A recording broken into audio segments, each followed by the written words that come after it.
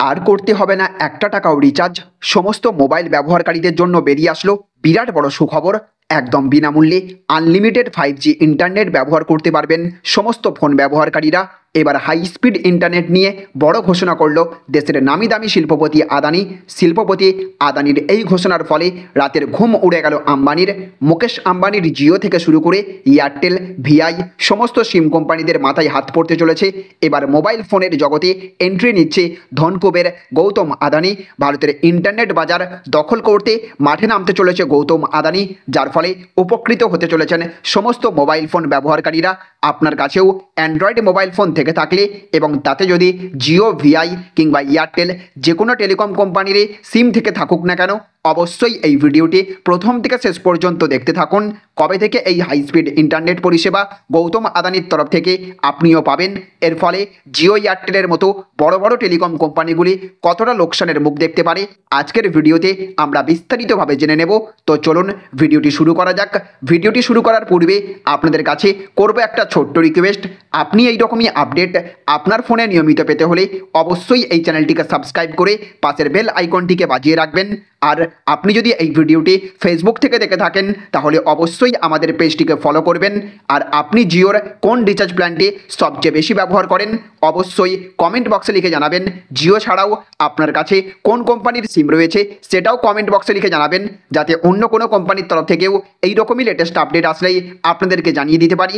আর অবশ্যই এই ভিডিওটিতে এক্ষুনি একটা লাইক করে দেবেন এবং ভিডিওটি দেখার পর জনস্বার্থে ভিডিওটিকে প্রচুর পরিমাণে শেয়ার করে দেবেন। তো দেখুন, এখানে বলা হচ্ছে রাতের ঘুম উড়ল আম্বানির, চাপে এয়ারটেল, হাই স্পিড ইন্টারনেট নিয়ে প্ল্যান শুরু আদানির। তো ভারত হোক অথবা বিশ্বের যে কোনো দেশ, এখন প্রত্যেকেই দিন দিন এগিয়ে চলেছে ডিজিটালের দিকে।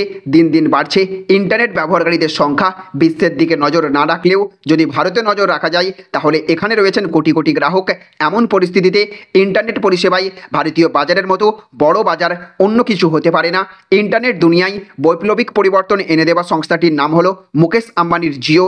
এই টেলিকম সংস্থা শেষে প্রথম 4G পরিষেবা চালু করার পাশাপাশি চালু করে দিয়েছে 5G পরিষেবা। অন্যদিকে একইভাবে 4G পরিষেবার পাশাপাশি 5G পরিষেবা চালু করে দিয়েছে এয়ারটেল। তবে এবার এই সকল টেলিকম সংস্থা জোর প্রতিদ্বন্দ্বিতার মুখোমুখি হতে পারে বলেই মনে করা হচ্ছে। এমনকি এই সকল সংস্থার প্রতিষ্ঠাতাদের রাতের ঘুম উঠতে পারে বলেও মনে করছেন বিশেষজ্ঞ মহলের একাংশ। কেন এমনটা হতে চলেছে এর পিছনে রয়েছেন আদানি গ্রুপের কর্ণধার গৌতম আদানি। কেননা তারাও এবার 5G পরিষেবা নিয়ে নতুন পরিকল্পনা গ্রহণ করছে বলেই জানা যাচ্ছে সূত্র মারফত।